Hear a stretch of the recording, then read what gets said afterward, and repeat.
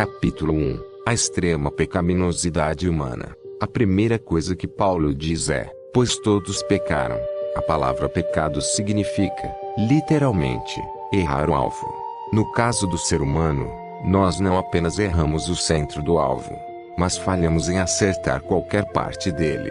Nós erramos o alvo por completo, quer seja em obedecer à lei de Deus, em permanecer na vontade de Deus ou em glorificar o nome de Deus. Ora, uma vez que somos nascidos de novo, ao ouvirmos todos pecaram, nós deveríamos cair de nossas cadeiras em adoração a Deus, agradecendo por tão grande salvação, pois Ele nos livrou de algo terrível. Porém, aqueles que tratam o Evangelho como algo comum ou que criaram para si outro Evangelho, deveriam prostrar suas faces em temor, sabendo que, se Deus não se mover em favor deles, eles estarão em pecado diante daquele que é triplamente santo. E essa é a situação mais terrível que se pode imaginar. Quando você ouve uma coisa repetidas vezes, geralmente ela se torna tão comum que perde seu poder. Eu me recordo da primeira vez em que eu cruzei a Cordilheira dos Andes, junto com um grupo de missionários. Eu não conseguia entender por que o missionário veterano estava dormindo no meio de toda aquela beleza majestosa. Então, anos mais tarde, quando eu levei um grupo de jovens para atravessar a mesma montanha, eu me encontrei, roncando. Com efeito, quanto mais você ouve algo e quanto mais você vê ou lê algo, esse algo perde um pouco de sua majestade. Todos pecaram. Por que não trememos diante disso? É porque não sabemos como essa é uma realidade terrível. Nós não temos consciência do quanto temos pecado. Do mesmo modo como um peixe não sabe o quanto está molhado. Nós nascemos no pecado. Nós fomos concebidos no pecado. Nós nascemos num mundo caído em pecado e a única coisa que nós conhecemos é o pecado. As Escrituras dizem que a nossa sociedade bebe iniquidade como se fosse água. Além disso, nós também vivemos num mundo repleto de ignorância. Nós não temos conhecimento de Deus. Não sabemos quem Deus é, e o tratamos como se ele fosse um tipo de Papai Noel ou como um vovô bobinho. Nós não entendemos que ele é o Senhor dos Senhores e o Rei dos Reis. Ao considerarmos o livro de Romanos, nós vemos o apóstolo Paulo nos apresentando a coisa mais próxima que temos de uma teologia sistemática. Ainda assim, ele toma os seus 3 primeiros capítulos e trabalha com toda a sua força tendo um único objetivo: fazer os homens desistirem de qualquer esperança carnal, fechá-los dentro de uma cova, trancar as portas, remover de suas mentes qualquer alívio na carne, a fim de que eles clamem a Deus por misericórdia. Quando nós vamos pregar o Evangelho em um campo missionário, precisamos perceber que todo o nosso trabalho é uma absoluta catástrofe e que experimentaremos fracasso atrás de fracasso, a parte do poder de Deus para ressuscitar homens mortos e odiadores de Deus. Nós precisamos, em nossa pregação, convencer os homens, através das Escrituras, com toda a nossa força, de que todos pecaram. Muitos dos pregadores famosos atualmente estão ganhando tanta popularidade porque fazem de seu propósito não falar sobre o pecado. Porém, ao agirem dessa forma, eles vão contra a obra do nosso Senhor, que constantemente pregava sobre o pecado. Eles vão contra a obra dos apóstolos que trabalharam com toda a sua força intelectual, movidos pelo Espírito Santo, para revelar o pecado do homem. E, principalmente, eu posso lhe assegurar que um pregador ou missionário que não fala sobre o pecado não tem a obra do Espírito Santo em sua vida, porque uma das grandes tarefas do Espírito Santo é convencer os homens do pecado, da justiça e do juízo. João 16 versículo 8. Quando você não crê nisso, você está trabalhando contra o Espírito Santo. Muitos questionam a Deus o porquê de o inferno ter duração infinita, se nós temos uma vida limitada de pecados. A principal razão disso é esta: cada pecado que você comete é cometido contra um Deus infinitamente digno e bom. Logo, o seu pecado é de gravidade infinita. O problema é que nós nos esquecemos de que o pecado ainda é pecado. Veja a maneira como falamos sobre ofender ao Senhor. Nós falamos de pecados contra os homens, de pecados contra nós mesmos, de pecado, até mesmo contra a natureza, os animais e as árvores. Entretanto, ninguém se dá conta de que todo pecado, no final das contas, é cometido contra Deus. Davi pecou contra seu povo ao não representá-lo bem como rei. Davi pecou contra Batseba, ao adulterar com ela. E Davi pecou contra Urias ao mandar matá-lo. Porém, no final, ele disse a Deus: pequei contra ti somente. Salmos 51 versículo 4. Porque o pecado é algo tão terrível, é porque ele é cometido contra Deus. Como podemos não tremer diante disso? É porque não compreendemos o que isso significa. E porque não compreendemos o que isso significa, é porque não sabemos quão glorioso e bendito Deus é. É uma coisa terrível quando percebemos contra quem nós pecamos. Como os puritanos costumavam dizer, nós não pecamos contra um pequeno líder de uma simples cidade, mas contra o Rei da Glória, aquele que está sentado no mais alto e sublime trono. Imagine isto por um momento. Deus está no dia da criação, dizendo aos planetas que se coloquem em determinada órbita no espaço, e todos eles se curvam, dizem amém. E lhe obedecem. Ele diz às estrelas que ocupem seus lugares no céu e sigam à risca o seu decreto, e elas todas se curvam e lhe obedecem. Ele diz às montanhas que se ergam e aos vales que se afundem, e eles se curvam e o adoram. Ele diz ao bravo mar: você virá até este ponto e daqui não passará, e o mar o adora. Porém, quando Deus lhe diz venha, você diz não. Você percebe o quão perverso é o nosso pecado? Ora, se fossem apenas atos, nossa condição já seria terrível o suficiente. Todavia, o pecado vai mais fundo no coração do homem. O ser humano não simplesmente comete pecados, ele é nascido no pecado. Nós somos podres e corrompidos desde o início.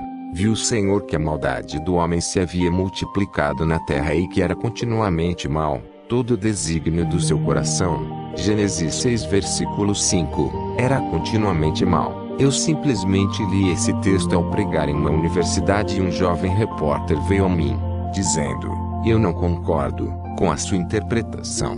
Eu lhe respondi: jovem, eu não interpretei o texto, eu apenas o li. Ainda assim, ele disse: bom, eu não concordo. E eu respondi: jovem, deixe-me dizer-lhe algo. Se eu pudesse expor, agora mesmo, o seu coração e cada pensamento que você já teve, desde o seu primeiro levantar até este exato momento, não os seus feitos, mas somente os seus pensamentos, e pudesse colocá-los num vídeo e os exibir aqui neste auditório, você fugiria deste campus e nunca mais mostraria sua face aqui de novo, porque você tem pensado coisas tão doentias e tão pervertidas que não poderia compartilhá-las sequer com seu amigo mais próximo.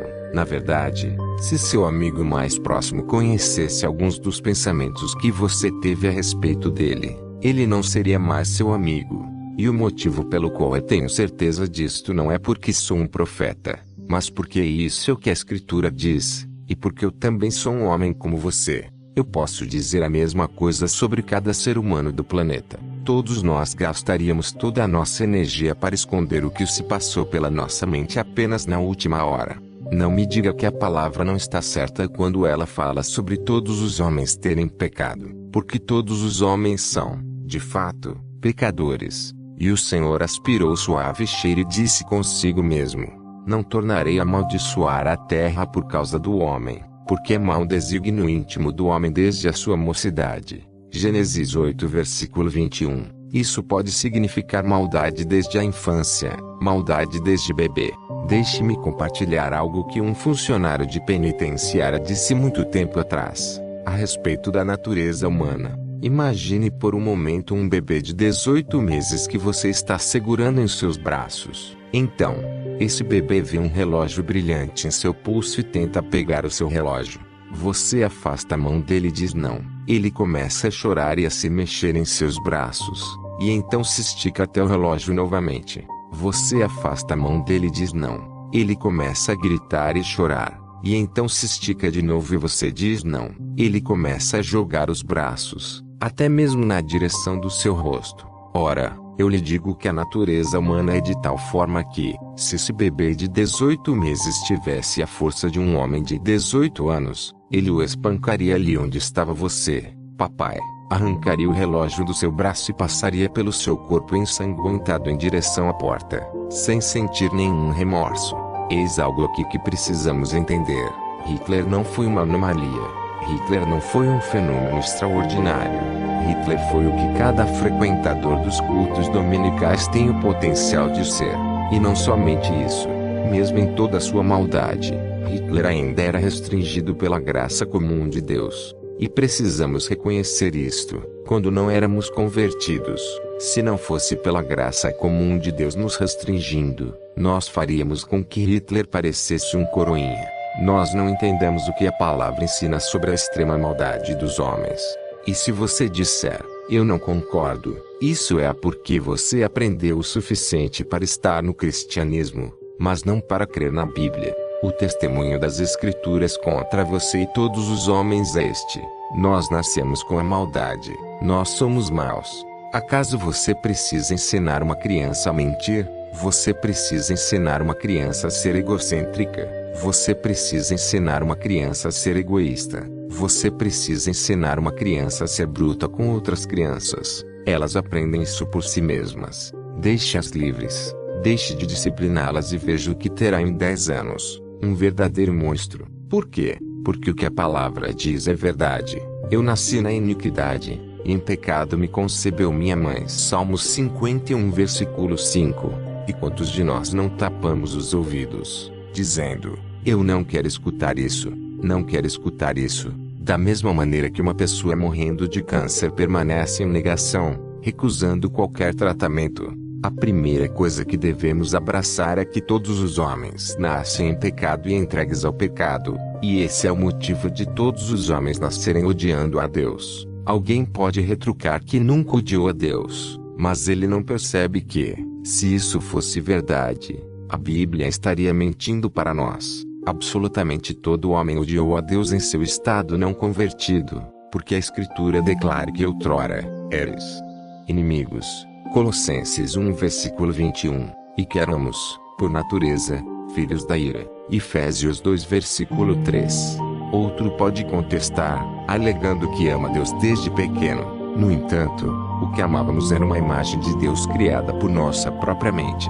E era isso que amávamos, de tal modo que, se alguém nos apontasse o Deus da palavra, nós rapidamente ficaríamos irados, dizendo, eu nunca poderia amar um Deus como esse.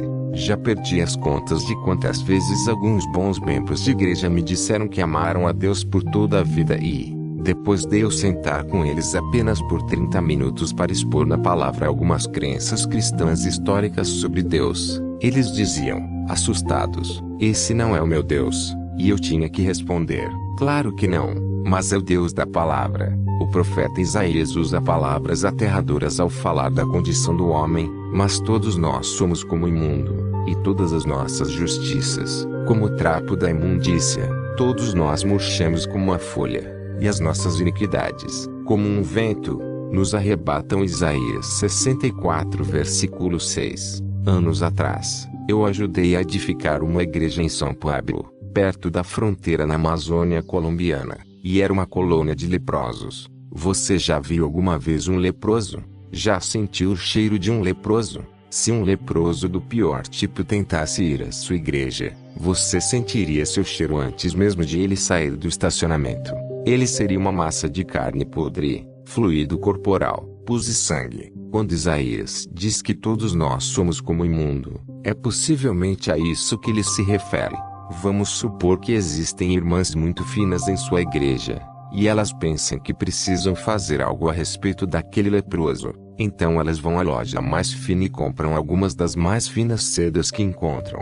Depois de enrolarem o leproso da cabeça aos pés, elas dizem, bravo, olha o que fizemos, salvamos o dia. Nós o fizemos apresentável. Mas aquela seda somente repousa naquela carne por poucos segundos e a corrupção daquele homem começa a sangrar através daquela seda fina, tornando-a tão corrupta quanto o próprio homem. Eis o porquê de nossas melhores obras serem como trapos imundos diante de Deus. O fato de sermos pecadores não significa apenas que pecamos constantemente, mas que não fazemos nada além de pecar. Tudo o que fazemos é pecaminoso diante de Deus. Nós corrompemos até as nossas boas obras, de modo que, segundo Salomão, até mesmo a lavoura dos ímpios é pecado. Provérbios 21 versículo 4, porque tais obras não são feitas por fé. Romanos 14 versículo 23. Nem para a glória de Deus. 1 Coríntios 10 versículo 31. Muito da psicologia moderna fala a respeito de se sentir bem com quem você é. Entretanto, não é isso que eu quero. Eu quero que você seja salvo de quem você é e do que você tem feito. Todos nós, antes da conversão, tínhamos um coração de pedra, um coração odiador de Deus, um coração maligno, nascido no pecado e dado ao pecado. Esse é o testemunho da palavra. Os homens antigos ouviam isso ser pregado constantemente, mas parece que as novas gerações não podem suportar a verdade. Antes, preferem ser enganadas e pensar bem de si mesmas. Contudo, um homem que não aceita a sua própria doença não pode ser curado. Um homem que não tem todas as suas esperanças moídas a respeito de seus próprios méritos, valor e justiça pessoal não pode voltar-se para Cristo. Nós precisamos entender que estamos destituídos de qualquer valor e que há somente um Salvador, e seu nome é Jesus. O problema é que, hoje em dia, é tudo sobre o ego. Os homens são cheios de ego. Precisamos entender que os homens não necessitam de mais autoestima. De fato, eles precisam perceber que esse é exatamente o seu maior problema. Eles precisam, na verdade, estimar o único que é digno de estima, Deus, e entregar-se a Ele. No entanto, para viverem, crerem e pregarem dessa forma, os homens devem saber quem Deus é. Paulo expressa nossa extrema pecaminosidade de modo eloquente na carta aos Romanos. Não há justo, nenhum sequer. Romanos 3 versículo 10. A palavra justo é sinônimo de reto, referindo-se a um padrão. Para ser justo, você tem que estar perfeitamente alinhado a certo modelo. E, se você não está moldado àquele padrão de retidão, você está distorcido. Em outras palavras, você está pervertido. O padrão é a natureza de Deus e a lei de Deus. O problema é que a Bíblia diz que ninguém, absolutamente ninguém, pode jamais se conformar ao padrão da santa natureza de Deus e ao padrão da santa lei de Deus. Todos nós nos tornamos distorcidos e deslocados. Paulo continua, dizendo que não há quem entenda, não há quem busque a Deus. 3 versículo 11. Se você alguma vez realmente buscou a Deus, é apenas porque Ele o buscou primeiro. O texto prossegue deixando clara nossa maldade. Todos se extraviaram, almas se fizeram inúteis, não há quem faça o bem, não há nenhum sequer. Romanos 3 versículo 12.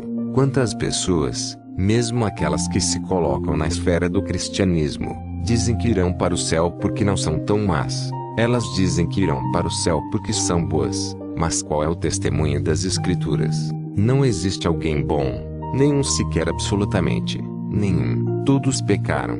Você me diz, irmão Paul, mas eu não pequei tanto. Todavia, quanto você tem que pecar? Adão precisou pecar somente uma vez, e o universo inteiro foi lançado num caos moral e posto sob julgamento.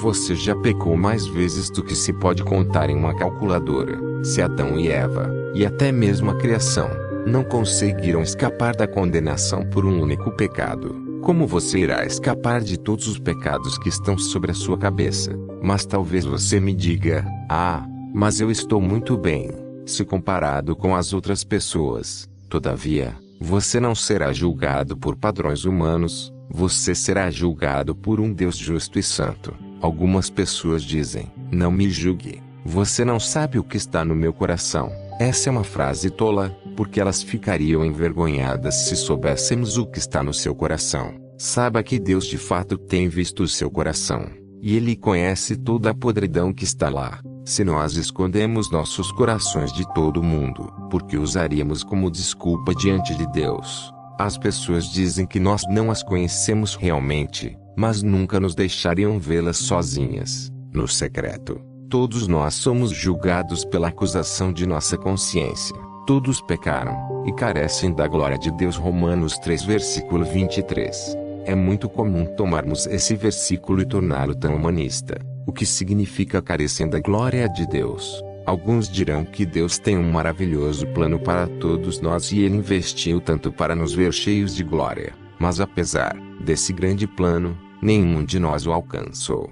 Eu não acredito que esse seja o sentido primário deste texto. Quando Paulo diz que nós carecemos da glória de Deus, Eu penso que essa frase deveria ser interpretada no contexto do primeiro capítulo de Romanos, no qual está escrito: porquanto, tendo conhecimento de Deus, não o glorificaram como Deus, nem lhe deram graças. Romanos 1 versículo 21. Vamos pensar nisso por um instante. Por quem você foi criado? Por Deus. Entretanto, não apenas você foi criado por Deus, mas todas as suas faculdades, a sua própria existência é sustentada por Ele. Você deve cada respirar e cada batida do seu coração a Deus.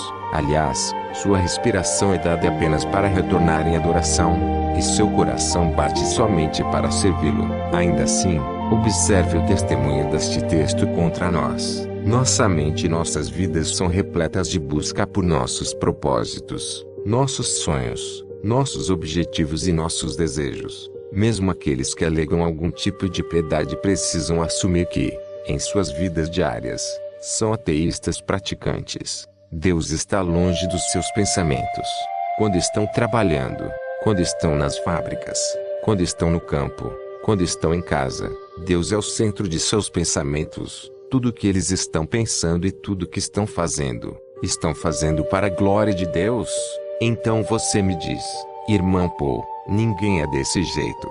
É justamente aí que quero chegar. Todos pecaram, todos carecem da glória de Deus, porque os homens são tão vazios, tão miseráveis e tão sem propósito. Não é incrível que os cristãos na América sejam os mais saudáveis e mais protegidos cristãos que já existiram na história, e, ainda assim, 85% do que se vende nas livrarias cristãs dizem respeito a quão vazios nós somos. Você quer saber por que somos vazios? Primeiramente, a grande maioria daqueles que se chamam cristãos não é convertida de verdade. Em segundo lugar, até mesmo aqueles que são cristãos estão vazios porque não têm comido do melhor alimento. Jesus disse: uma comida tenho para comer, que vós não conheceis. A minha comida consiste em fazer a vontade daquele que me enviou e realizar a sua obra. João 4 versículo 32 a 34.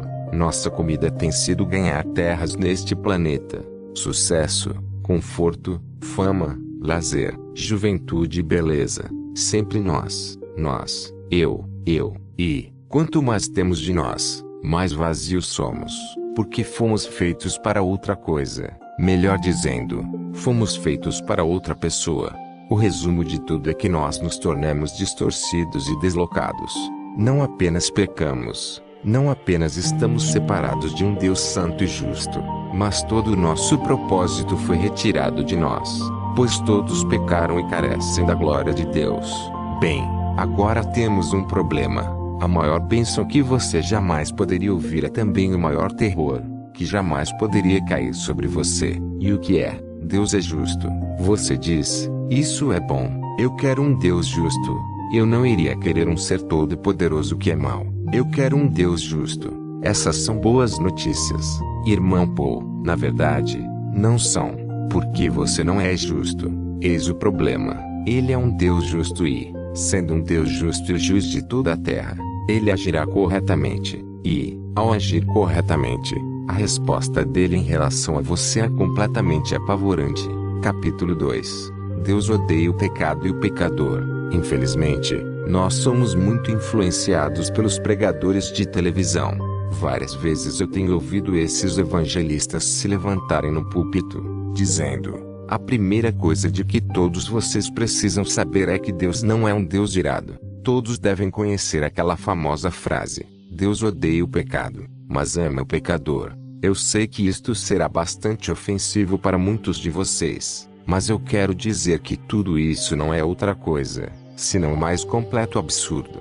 Vamos olhar para alguns textos que nos mostram o ódio de Deus sendo manifesto contra as obras más dos homens, e também contra aqueles que cometem tais obras. Está escrito: Deus é justo juiz, Deus que sente indignação todos os dias. Salmos 7 versículo 11.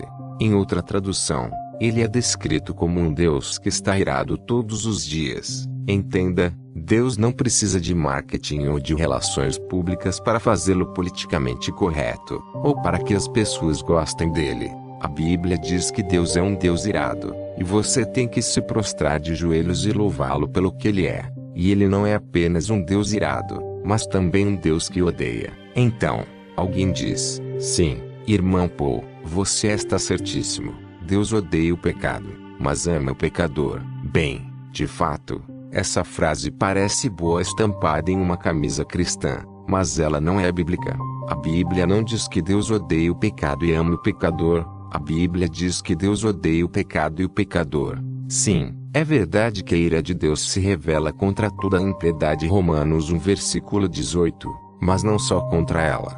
Basta olhar para o Salmo 5 por um momento e você verá isso de modo claro. Os arrogantes não permanecerão à tua vista. Aborreces a todos os que praticam a iniquidade. V. 5. Em outra tradução, tu odeias todos os que praticam o mal. Está escrito aqui que Deus odeia o pecado ou que Deus odeia o pecador. Você pode dizer: irmã Paul, mas e quanto à passagem em João 3,16? Lá está escrito que Deus amou o mundo. Sim, isso é bíblico, mas o Salmo 5 também o é. Deus é um Deus misericordioso e amoroso. Contudo, nós precisamos entender todo o conselho de Deus. Atos 20 versículo 27. E não apenas os pontos de que mais gostamos. Deus de fato é amor, mas esse Deus amoroso também odeia. Deus é misericordioso, mas ele está irado. Nós não podemos considerar somente um lado da moeda ou apenas uma parte da história. E esse é o problema dos nossos dias. Certa noite, eu preguei um sermão inteiro sobre a santidade de Deus. Após o culto, 3 homens vieram a mim, dizendo: nós temos um problema com você.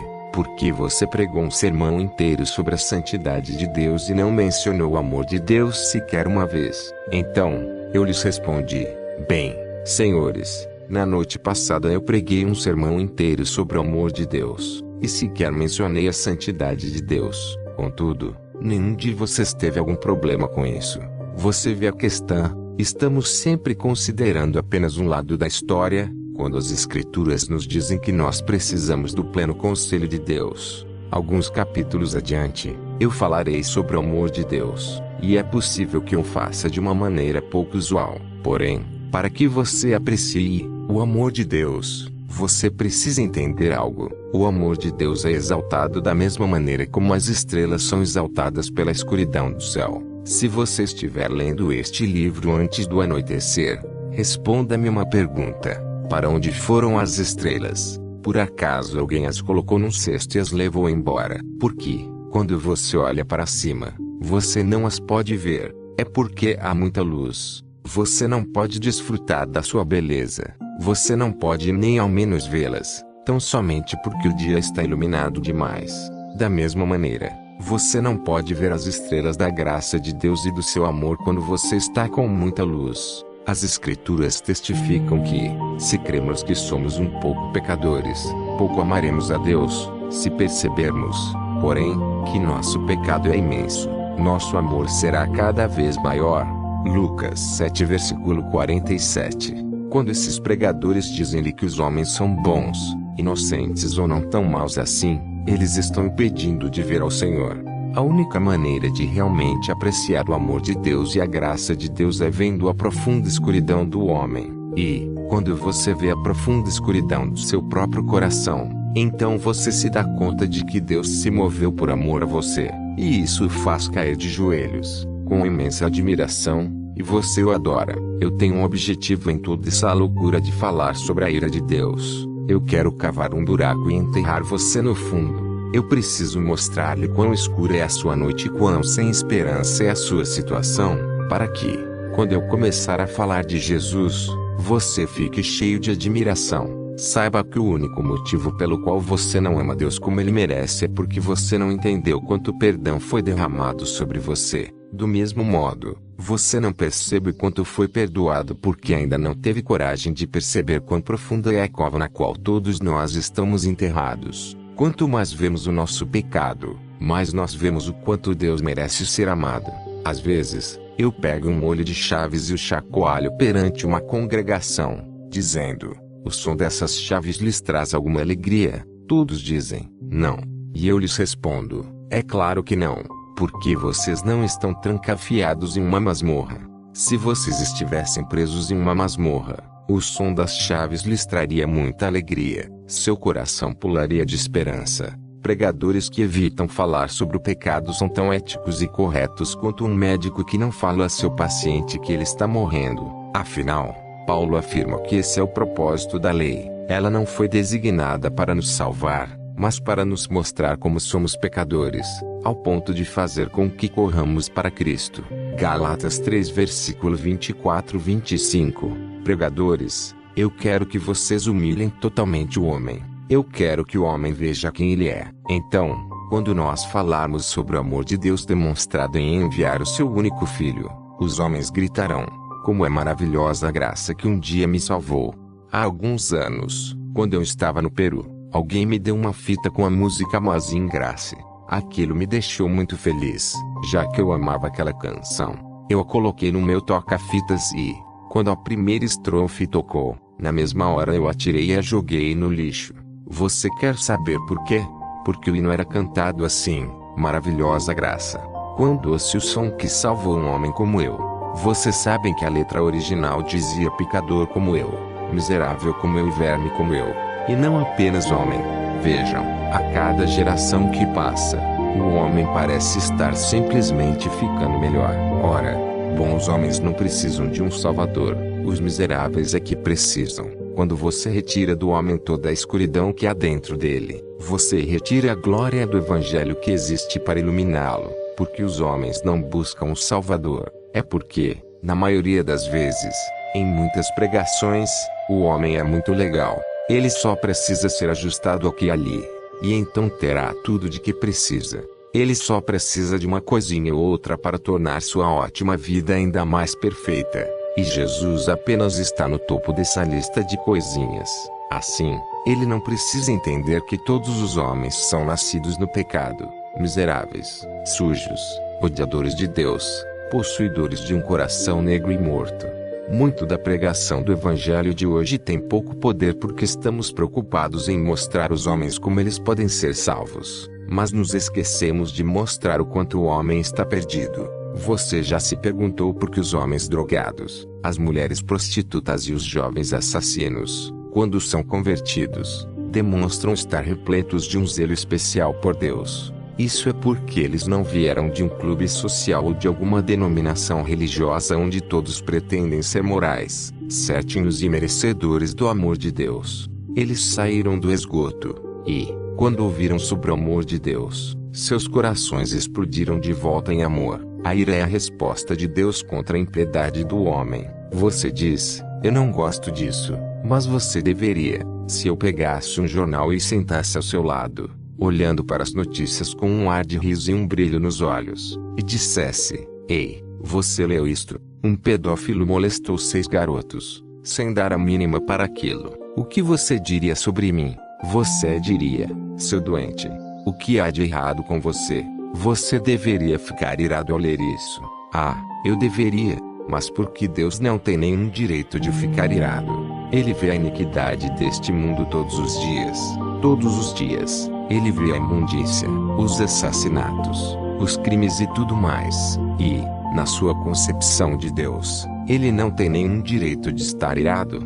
Eu lhe afirmo que o Senhor está irado, e que ele está tão irado que, no dia em que ele recuar sua misericórdia e vier julgar este mundo, os grandes capitães desta terra clamarão para que as montanhas se levantem e caiam sobre eles, para escondê-los da ira do Cordeiro, e o céu recolheu-se como o pergaminho quando se enrola. Então, todos os montes e ilhas foram movidos do seu lugar, os reis da terra, os grandes, os comandantes, os ricos, os poderosos e todo escravo e todo livre se esconderam nas cavernas e nos penhascos dos montes e disseram aos montes e aos rochedos: caí sobre nós e escondei-nos da face daquele que se assenta no trono, e da ira do Cordeiro, porque chegou o grande dia da ira deles, e quem é que pode suster-se? Apocalipse 6 versículo 14 a 17.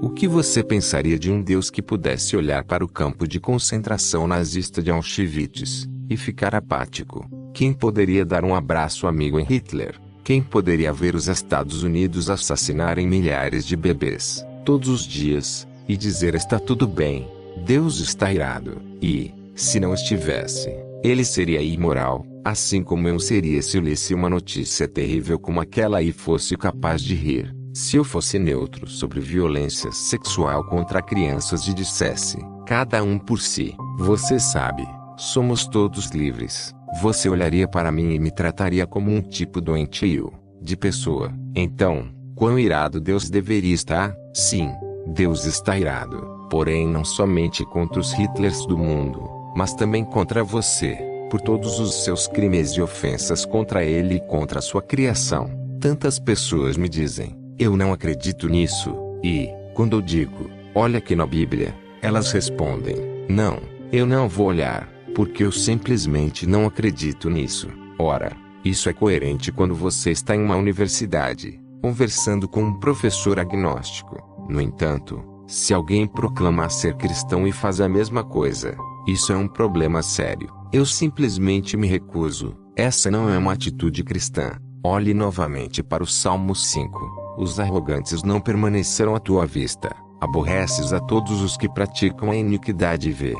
5. Em outra tradução, se diz, tu odeias todos os que praticam o mal. Aqui, não é dito que o ódio de Deus é direcionado à iniquidade ou ao pecado, mas que a ira do Todo-Poderoso é direcionada ao homem que comete o pecado.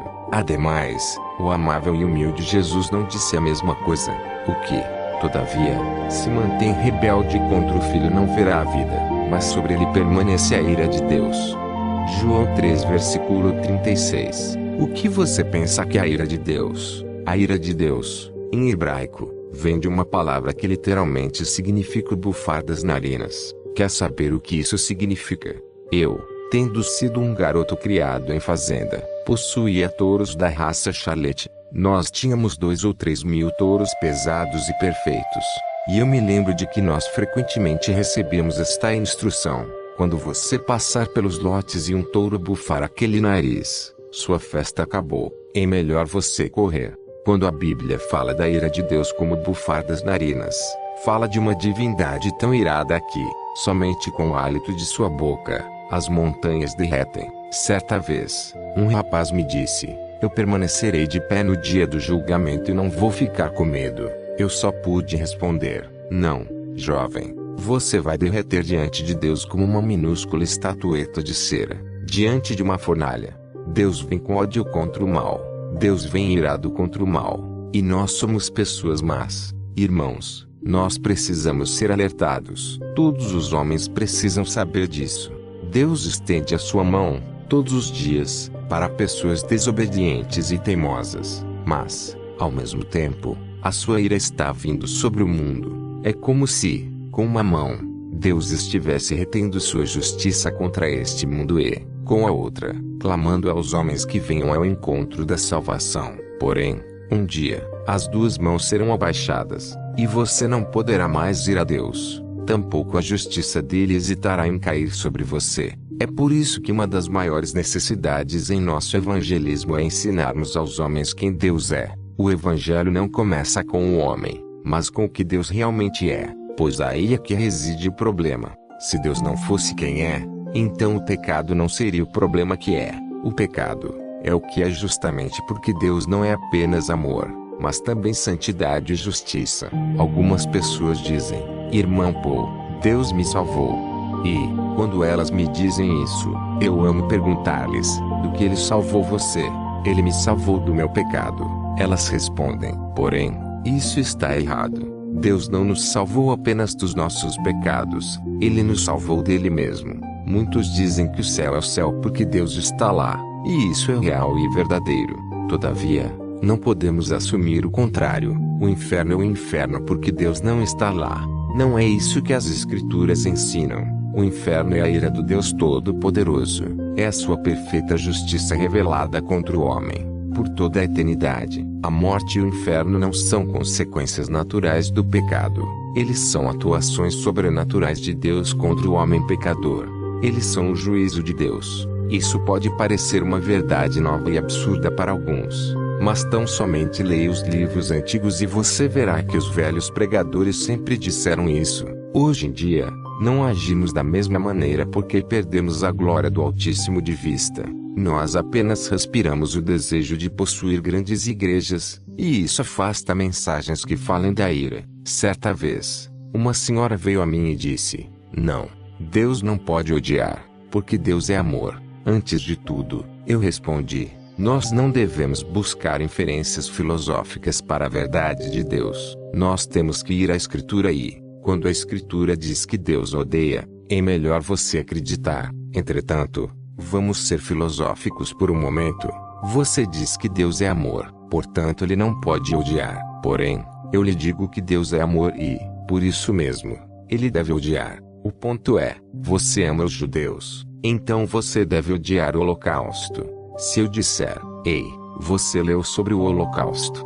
E você responder: sim, mas eu sou bastante neutro nesse assunto. Quero dizer, você sabe, foi ideia do Hitler. Por mim está tudo bem. Eu irei pensar que você é um monstro. Você possivelmente iria para a cadeia por um crime de ódio. Se você ama os judeus, você deve odiar o Holocausto. Você ama crianças. E quantos de vocês já disseram eu odeio aborto com a própria boca? Ora, então você tem o direito de odiar, por causa do grande amor que está no seu coração. O que dizer de Deus? Você acha estranho que Deus odeie porque Ele ama? Entenda, Deus ama tudo que é lindo, amável e excelente. Em outras palavras, Deus ama tudo que é semelhante a Ele. É daí que vem o problema. Nós achamos que temos o direito de amar tudo o que escolhemos amar, mas nós pensamos que Deus deve amar tudo o que nós amamos. Deus ama tudo o que é semelhante a Ele por causa de sua absoluta perfeição. E Ele vem com ira contra tudo aquilo que contradiz a sua natureza e vontade, e estes somos nós. Cada pessoa que já andou na face da terra tem quebrado cada lei que Deus criou. Se você não entende isso, você não entende o cristianismo. Capítulo 3. Completamente justos. Já observamos, em nosso texto principal, que todos pecaram e carecem da glória de Deus. Romanos 3 versículo 23. Agora, falando acerca daqueles que são verdadeiramente convertidos, regenerados pelo Espírito Santo e crentes em Jesus Cristo para a salvação, o texto diz: sendo justificados. Romanos 3 versículo 24. O que isso significa? Ser justificado não significa apenas que Deus me trata como se eu nunca tivesse pecado, mesmo que isso rime. Ser justificado também não significa que, no momento em que você creu em Jesus, Deus fez de você uma pessoa perfeitamente justa, pois, se fosse o caso, você nunca mais pecaria de novo. Ser justificado significa que, no momento em que o pecador olha para Jesus, confessa, salvífica, aquele pecador é declarado legalmente justo e correto diante de Deus. Na verdade, justificação é um termo forense, retirado do campo do direito. Deus, o juiz, inclina seus olhos para um pecador que colocou sua fé em Cristo e declara que aquele pecador é legalmente justo diante dele. Agora, como isso funciona? O texto nos diz: sendo justificados gratuitamente, por sua graça. Paulo está sendo redundante ao falar que somos justificados gratuitamente pela graça, a fim de nos mostrar que a justificação é um presente, do mesmo modo que foi dito a respeito do Messias que eles odiaram sem motivo. Salmos 35 versículo 19 e 69 versículo 4. Acaso alguma vez Jesus deu qualquer razão para que alguém o odiasse? Nunca. Jesus jamais deu a menor sugestão de uma causa para alguém odiá-lo. Eles odiaram sem qualquer causa, sem motivo. E essa é a mesma expressão usada aqui para falar da nossa justificação diante de Deus. O cristão é justificado sem motivo algum. Isso significa que você não deu a Deus absolutamente qualquer motivo para Ele declará-lo justo. Eu não sei por que Deus me salvou, cantam alguns. Eu posso lhe dizer isso. Não foi por causa de você, mas apesar de você. Que mérito Deus viu em mim? Absolutamente nenhum. Paulo nos mostra que Ele nos declarou justos, embora não dessemos motivo algum para que Ele assim fizesse. Ele nos justifica, sem motivo, por sua graça. Se você olhar para a maioria das religiões, talvez com exceção de algumas religiões orientais místicas, todas elas buscam responder apenas uma questão: como um homem pode ser justo diante de Deus? Se você for a uma tribo pagã na África, na América do Sul ou nos Estados Unidos, todas fazem sacrifício de sangue, quer seja para árvores, deuses ou demônios, ao redor do mundo inteiro. Ao longo da história, os homens convivem com essa realidade de que eles estão errados com Deus e de que precisam fazer algo a respeito, independentemente do Deus no qual elas acreditam. Eles têm essa tormenta em sua consciência. Eles sabem que algo está errado. Isso nos demonstra que o primeiro capítulo de Romanos é real. A ira de Deus se revela do céu contra toda a impiedade e perversão dos homens que detêm a verdade pela injustiça, porquanto o que de Deus se pode conhecer é manifesto entre eles, porque Deus lhe manifestou, porque os atributos invisíveis de Deus, assim o seu eterno poder, como também a sua própria divindade, claramente se reconhecem, desde o princípio do mundo, sendo percebidos por meio das coisas que foram criadas. Tais homens são, por isso, indesculpáveis, porquanto, tendo conhecimento de Deus, não o glorificaram como Deus, nem lhe deram graças, antes, se tornaram nulos em seus próprios raciocínios, obscurecendo-se-lhes o coração insensato, inculcando-se por sábios, tornaram-se loucos. Romanos 1 versículo 18 a 22.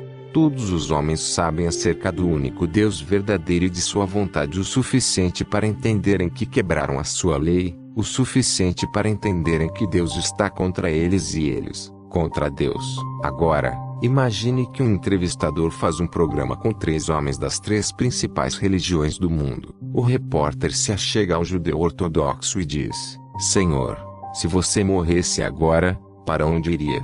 Bem, eu deveria ir ao paraíso, porque eu amo a lei do Senhor, sou um homem justo, faço boas obras, estudo a lei e amo a justiça, nela me alimento de dia e de noite. O repórter responde: Ok, eu entendi.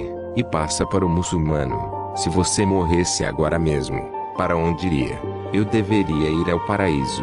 O islâmico responde: porque eu amo o Corão, fiz todas as peregrinações, fiz as orações diárias, dei esmolas aos pobres e, por isso, eu sou um homem justo.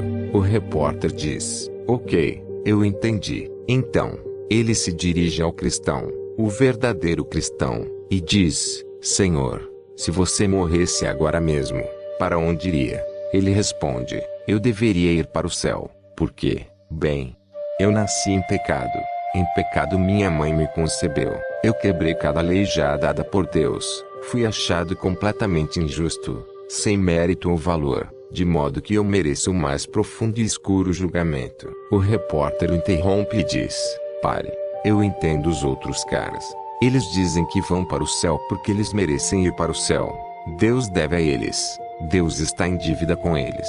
Já que eles se provaram dignos, Deus deve dar a eles o céu. No entanto, eu não entendo você. Você me conta com alegria que vai para o céu, mas depois me diz que não tem valor ou mérito para ir para lá. Como então você vai para o céu? O cristão sorri e diz: porque eu vou para o céu baseado no mérito e no valor de outro, Jesus Cristo, meu Senhor. Responda-me, qual desses 3 dá a glória a Deus e quais deles apenas dão glória ao homem? Veja, isso não é sobre nós, sobre nossa moralidade ou sobre nossa bondade. Isso é sobre Deus. Um repórter veio a mim certa vez e disse: por que você sempre está falando sobre pecado? Eu disse: porque eu quero que você ame a Deus. Obviamente, ele achou minha resposta estranha e retrucou, perguntando o que eu queria dizer com aquilo. Eu disse: você alguma vez leu passagem que diz: ela amou mais, porque foi mais perdoada? Meu amigo, se o seu amor por Deus é pequeno, isso é porque você não sabe o quanto foi perdoado. E você não sabe o quanto foi perdoado porque jamais lhe contaram o quão pecaminoso você é. Imagine que eu convide Bill Gates para visitar minha casa, a fim de comermos juntos um prato de cereais. Ele não vai ficar beijando minhas mãos, nem vai se ajoelhar chorando de gratidão. Porém, em muitos lugares onde eu servi ao redor do mundo, se eu desse a alguém um prato de cereais, ele iria se prostrar diante de mim e beijar minhas mãos, porque ele estava faminto e necessitado. Nós somente podemos ver a glória do amor de Deus quando reconhecemos nossa necessidade e largamos todas essas tolas e banais ideias de valor, mérito e justiça própria. Nosso texto continua: sendo justificados gratuitamente, por sua graça. E como isso acontece? Mediante a redenção. Eu concordo.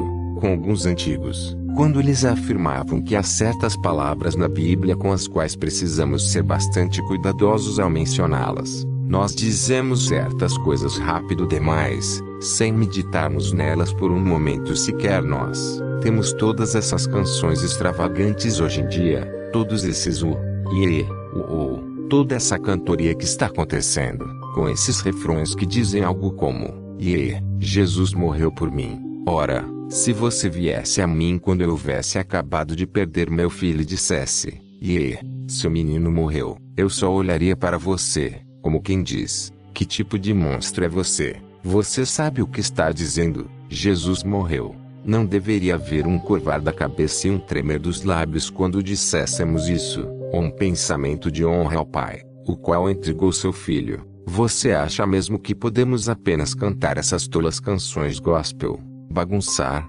gritar e fazer todas essas coisas, tendo em vista que ele morreu, o Pai deu seu filho? Quando você diz coisas como: Jesus morreu, você não deveria parar por um momento, ou algo assim. Meu pai participou da Segunda Guerra Mundial em uma de suas mais horríveis batalhas. Qualquer um pode assistir a um filme sobre a Segunda Guerra Mundial no History Canal, e conversar sobre estratégias ou friamente falar sobre o que aconteceu e o que não aconteceu. Mas meu pai fica apenas calado, olhando, porque todos os amigos dele morreram naquela guerra. Os homens ficam discutindo sobre o Vietnã e falando sobre o que está certo e errado de acordo com os modelos políticos.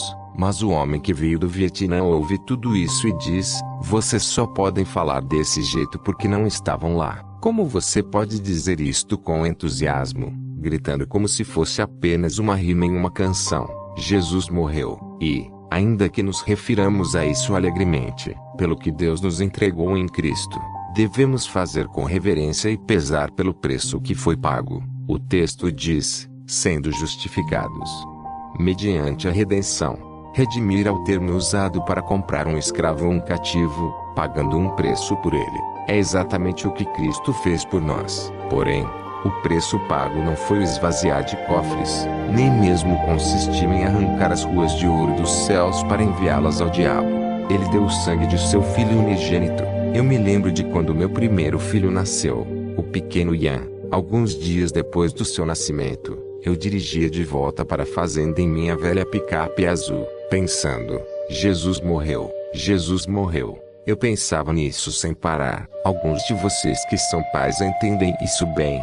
No momento em que coloquei os olhos naquele menino, eu sabia que poderia lutar contra um exército por ele. Eu morreria 1000 vezes por ele. Eu jogaria meu corpo na frente de um trem por ele.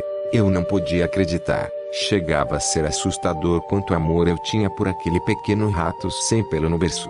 Era a coisa mais linda que eu já tinha visto na minha vida.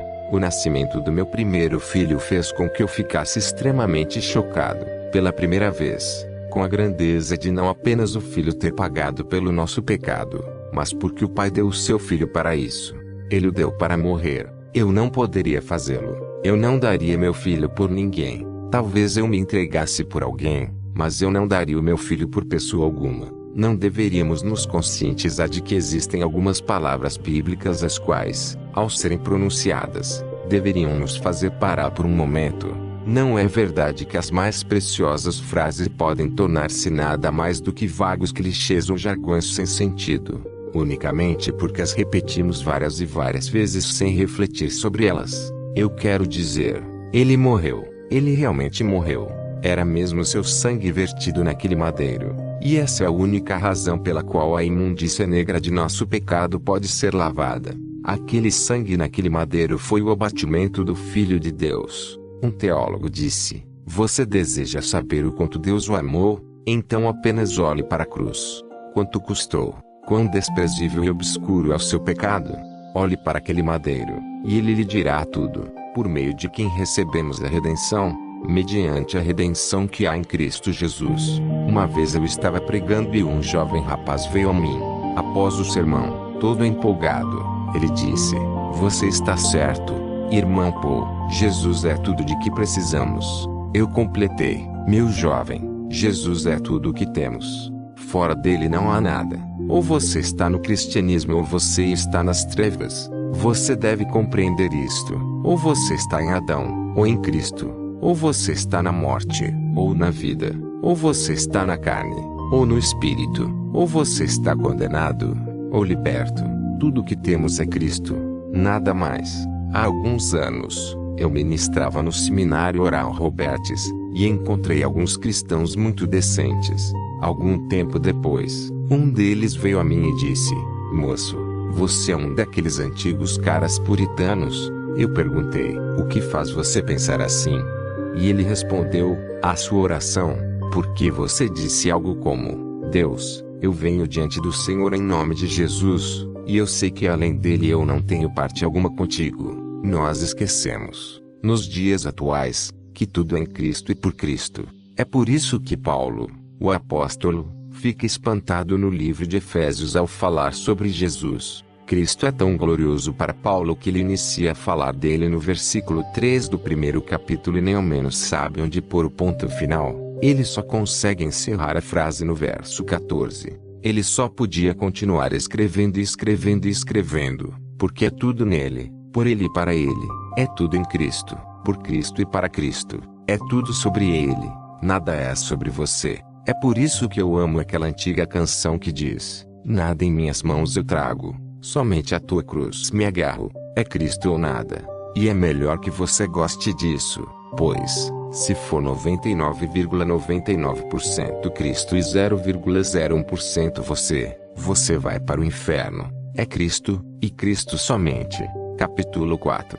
O maior problema das Escrituras. O dicionário, Webster, define a palavra dilema como uma situação envolvendo uma escolha entre alternativas igualmente insatisfatórias ou um problema aparentemente incapaz de ser satisfatoriamente solucionado. Este capítulo será bem curto, porque tudo o que eu quero fazer é lançar um dilema, uma pergunta a ser respondida no próximo capítulo. Nossa questão está no livro de Provérbios, no qual encontramos o maior problema filosófico e teológico da Escritura, de modo que você poderia dizer que a Bíblia inteira é sobre isso. Ou seja, se você não compreende esse ponto, você não entende a palavra e não entende o próprio Evangelho. O que justifica o perverso, e o que condena o justo, abomináveis são para o Senhor, tanto um como o outro. Provérbios 17, versículo 15. Abominação é provavelmente a palavra mais forte que temos em toda a Escritura. Não há nada mais horrível diante de Deus do que uma abominação. Ao pé da letra, algo odiável. O que é odiável e abominável a Deus, segundo esse texto? Justificar o perverso e condenar o justo. Ambas as atitudes são odiáveis a Deus. Porém, o que diz o versículo 24 de nosso texto principal? Sendo justificados, Deus nos justificou, mesmo sendo nós um povo injusto, como vimos no primeiro capítulo. Qual é o problema? É o que qualquer um que justifica um homem perverso é uma abominação a Deus. Mas nós estávamos, há pouco, nos regozijando no fato de Deus nos justificar, mesmo sendo nós homens perversos. Se Deus disse que qualquer um que justifica o perverso é uma abominação diante dele, então como Deus pode justificar você, que é perverso, sem se tornar ele mesmo uma abominação? Ora, se Deus não pudesse perdoar o iníquo, todos nós pereceríamos, porque a Escritura declara que todos pecaram. Romanos 3 versículos 23, que o salário do pecado é a morte. Romanos 6 versículo 23, e que a alma que pecar, essa morrerá. Ezequiel 18 versículo 4. Mas Deus nos justifica, e já vimos isso, como Deus permanece justo.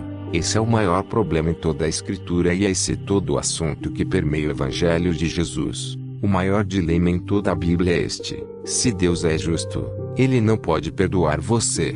Deus não pode tratar ímpios e justos do mesmo modo.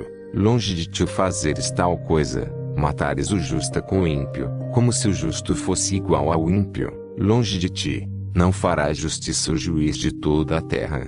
Gênesis 18 versículo 25. Alguém poderia perguntar por que Deus não pode simplesmente perdoar o pecado do homem e estar bem com ele. Ora, se a Escritura nos ordena perdoar livremente, então por que seria errado para Deus fazer o mesmo? Existem 3 respostas a essa pergunta.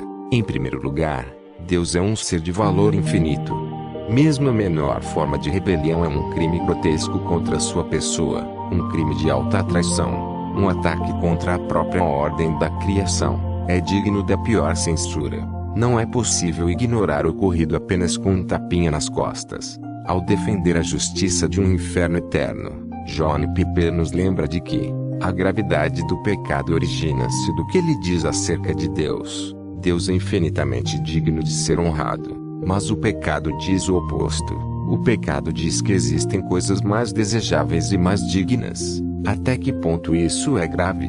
A gravidade de um crime é determinada, em parte, pela dignidade da pessoa e do cargo que está sendo desrespeitado. Se a pessoa for infinitamente digna, infinitamente ilustre, infinitamente querida e ocupar um cargo de infinita dignidade e autoridade, rejeitá-la é um crime infinitamente ultrajante.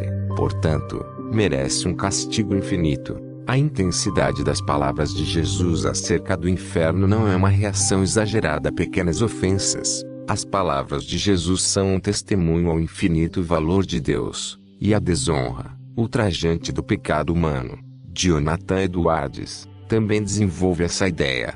O crime de alguém desprezar e lançar desonra sobre outro é o mais ou menos infame na proporção da maior ou menor obrigação desse alguém obedecer ao desonrado. Consequentemente, se houver algum ser que temos obrigação infinita de amar, honrar e obedecer, o contrário concernente a ele deve ser infinitamente censurável. Nossa obrigação de amar, honrar e obedecer a algum ser está em proporção com sua amabilidade, honradez e autoridade. Mas Deus é um ser infinitamente amoroso, porque ele tem excelência e beleza infinitas. Portanto, o pecado contra Deus, sendo uma violação de obrigações infinitas, deve ser um crime infinitamente infame e, assim, merece punição infinita.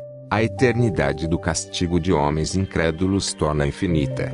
E, logo, faz com que não seja mais do que proporcional à infâmia daquilo de que são culpados. Um ato de injustiça tão grande sendo cometido contra um ser tão santo não pode simplesmente ser varrido para debaixo do tapete. Em segundo lugar, Deus é justo, e o seu amor é um amor justo. Deus não pode amar injustamente, assim como ele não pode amar a injustiça.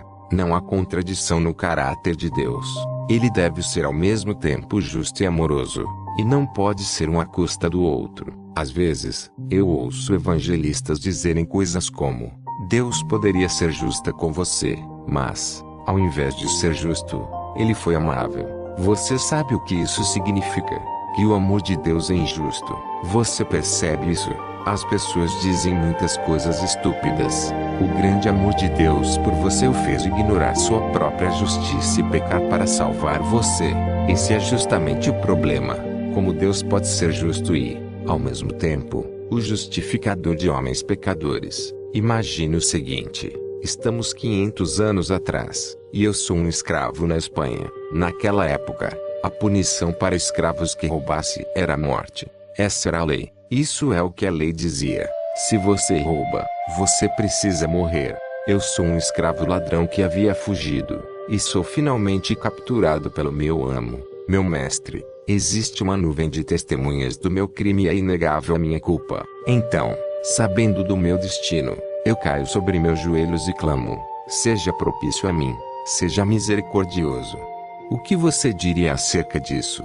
Bem, agora eu acho que o mestre deve fazer uma escolha pela vida do escravo. No entanto, nós temos um problema. A lei cobra minha morte. A justiça pede que eu morra. O que está acontecendo é que eu estou pedindo a meu mestre que desobedeça a lei, feche os olhos para a justiça e me deixe seguir com meu pecado. Ora, se vivemos em uma sociedade que não consegue sequer suportar essa tensão no reino dos homens, como entenderemos completamente como esse mesmo ponto se relaciona com o reino dos céus, no qual a justiça de Deus cobra a nossa morte?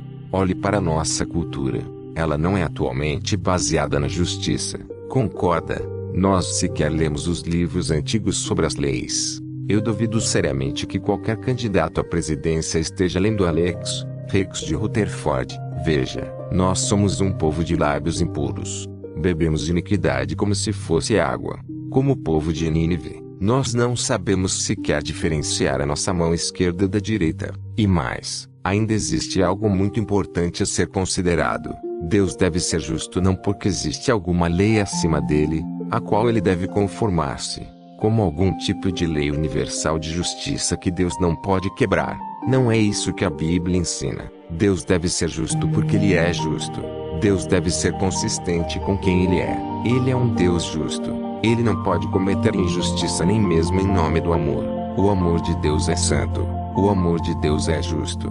Então a pergunta continua a ser: como Deus pode ser justo e justificar o pecador? Em terceiro lugar, Deus é o juiz de toda a terra. É o seu dever garantir que a justiça seja feita e que o mal seja punido. Não seria adequado para o juiz celestial perdoar o ímpio mais do que seria para um juiz terreno perdoar o criminoso que está diante dele em um tribunal de justiça. Não é nossa queixa frequente que nosso sistema de justiça é corrupto. Não ficamos irados quando criminosos culpados são libertos. Será que devemos esperar menos justiça de Deus do que exigimos de nossos juízes?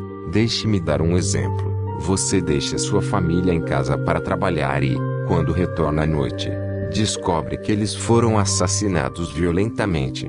Você entra pela porta e o homem que os matou ainda está lá, com sangue em suas mãos, e está terminando de estrangular a sua última criança. Com a força de um touro, você corre pelo quarto, carrega aquele homem, o agarra e o lança ao chão. Tudo o que você quer é matá-lo, mas, por ser salvo em Cristo, você resiste e chama a polícia. Você entrega esse violento assassino, que acabou com toda a sua vida, despedaçando tudo pelo que você já viveu, nas mãos das autoridades. A polícia o leva ao juiz, e, na presença de todas as pessoas da cidade naquele tribunal, o juiz olha para baixo, para o homem que assassinou sua família inteira, e diz: eu sei que você é um assassino cruel e violento, mas eu sou um juiz muito amável e eu nunca fico irritado com ninguém. Você está livre para ir, eu te perdoo. O que você faria? Existe alguém naquela corte, que vai se juntar a você, dar as mãos e cantar o tchutchuê. Eu vou dizer-lhe exatamente o que aconteceria. Você pularia imediatamente do seu lugar e gritaria: eu exijo justiça. Você escreveria para a Câmara dos Deputados, para o Senado, para o presidente e para a ONU. Colocaria nos jornais e iria à televisão, dizendo: existe um juiz sentado naquela corte que é mais perverso do que o homem que massacrou minha família, porque um juiz deve fazer o que é certo. Ele deve fazer justiça. Ele não pode justificar o perverso. Você vê o problema? Você exigiria a justiça de seus próprios juízes, mas você fica nervoso quando alguém diz que Deus é justo. Se Deus é justo, e ele certamente é, ele não pode perdoar você sem se tornar perverso. Essa é a questão de toda a Escritura e é isso que quero dizer quando digo que as pessoas não compreendem o Evangelho atualmente. Quando foi a última vez que você ouviu isso? Nós temos ignorado a profundidade do Evangelho e ainda nos perguntamos por que nossas pregações possuem tão pouco poder. Como perdemos o Evangelho, acabamos precisando apelar carnalmente para todas aquelas técnicas de crescimento de igreja. O motivo pelo qual não alcançamos as gerações X, Y ou Z, ou qualquer outra, não é por causa de relevância cultural, mas por falta da mensagem do Evangelho. Temos uma versão reduzida e sem profundidade, mas não um Evangelho que é poderoso e mortal, que é vigoroso e escandaloso, e é nele que reside o poder para a salvação. Eu percebo como esquecemos o verdadeiro Evangelho quando faço perguntas sobre a Escritura para alguns estudantes que encontro nas minhas viagens, especialmente pela Europa. Por que Jesus morreu? Eles dizem: bem, por causa do nosso pecado. Ok, por que Jesus morreu? Já dissemos, por causa de nosso pecado. Não, vocês não estão respondendo à pergunta. Vocês têm que ir mais profundo do que isso. Porque o pecado é um problema. Bem, porque o pecado é errado.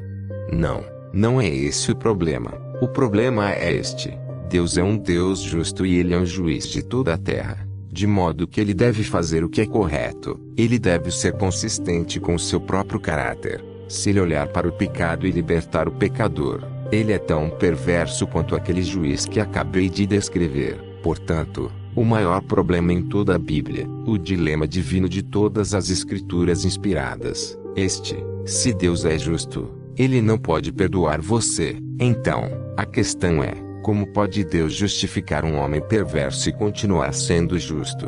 Capítulo 5.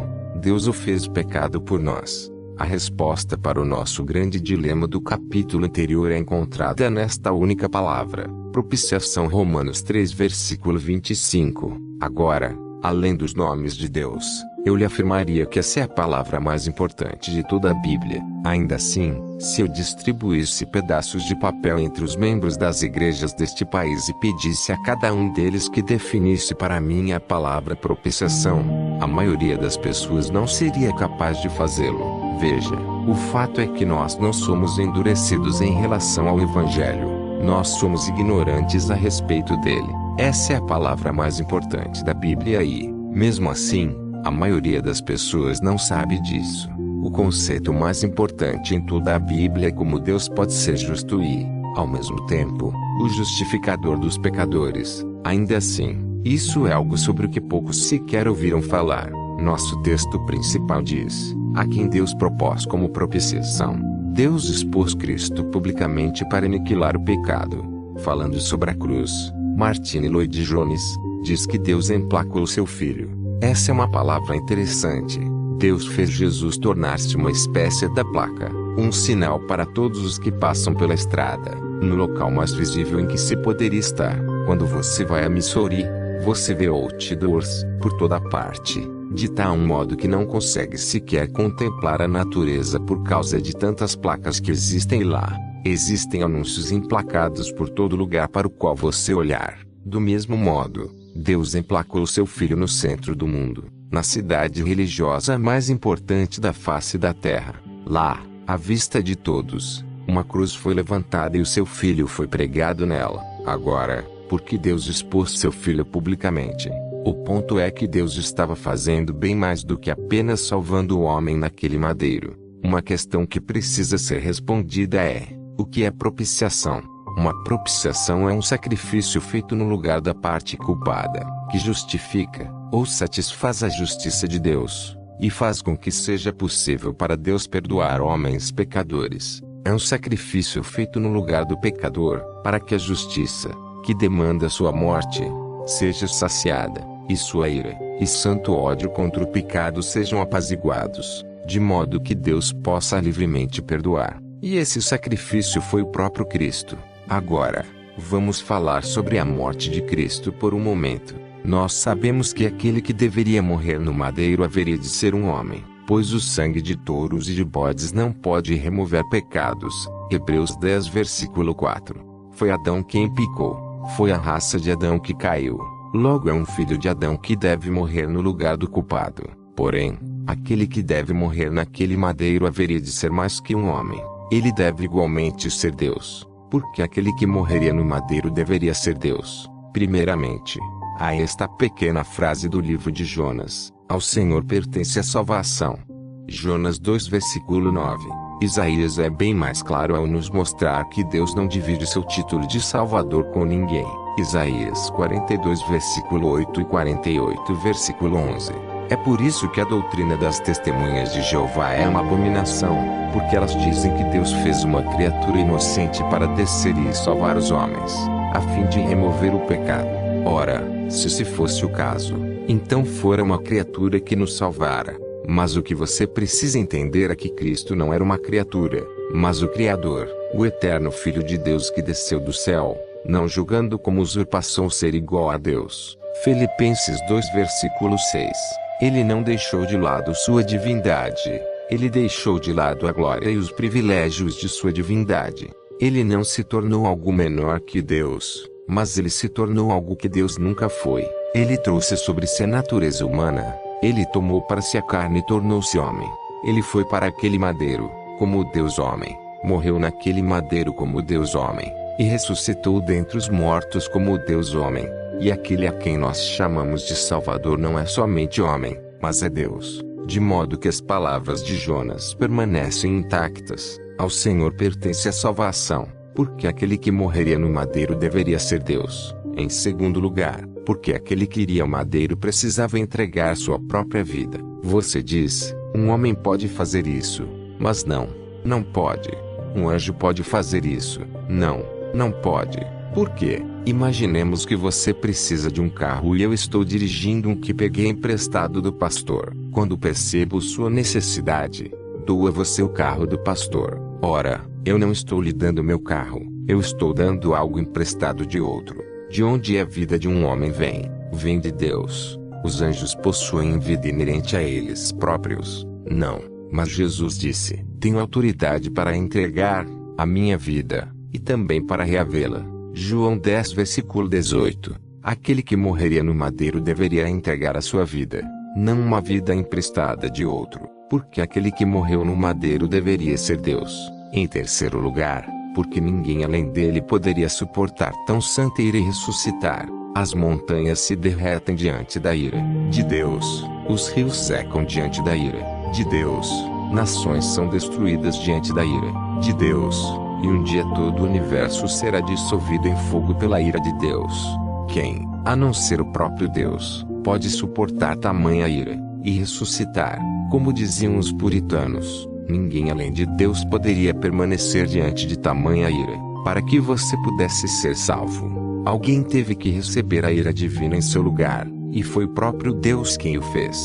Ao Senhor pertence a salvação, porque aquele que morreu no madeiro deveria ser Deus. Eu estava ministrando em uma universidade alguns anos atrás e, após minha pregação, uma sessão de perguntas e respostas foi iniciada. Um estudante se levantou, parecendo bastante nervoso, e disse: eu tenho um problema para você, pregador. Como pode um homem sofrer por algumas poucas horas naquele madeiro e pagar os pecados de uma multidão de homens e salvá-los de uma eternidade no inferno? Isso não é certo. Então, silenciosamente, eu comecei a chorar. Eu disse: jovem, obrigado por fazer essa pergunta, porque a resposta é a minha favorita. Aquele homem sofreu por poucas horas no madeiro e salvou uma multidão de homens de uma eternidade no inferno unicamente porque aquele único homem era mais digno do que todos os outros colocados juntos. Ele, sozinho, valia mais do que todos os homens juntos,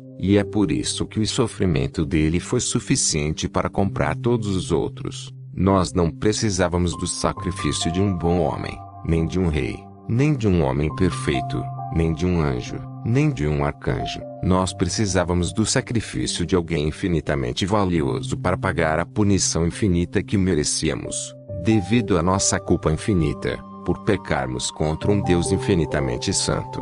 Quando os teólogos falam sobre o perfeito sacrifício de Cristo, eles não dizem apenas que ele era sem pecado, mas eles também falam do valor infinito da vida que foi entregue como oferta. Se você pegar uma balança cósmica gigante e colocar de um lado dela tudo o que você puder achar, estrelas e galáxias, sóis, luas e planetas, montanhas e montes, traças e homens, grilos e palhaços, areia e rochas de granito, tudo o que você puder encontrar em toda a criação, e colocar Jesus no outro lado, ele certamente ultrapassa todos eles.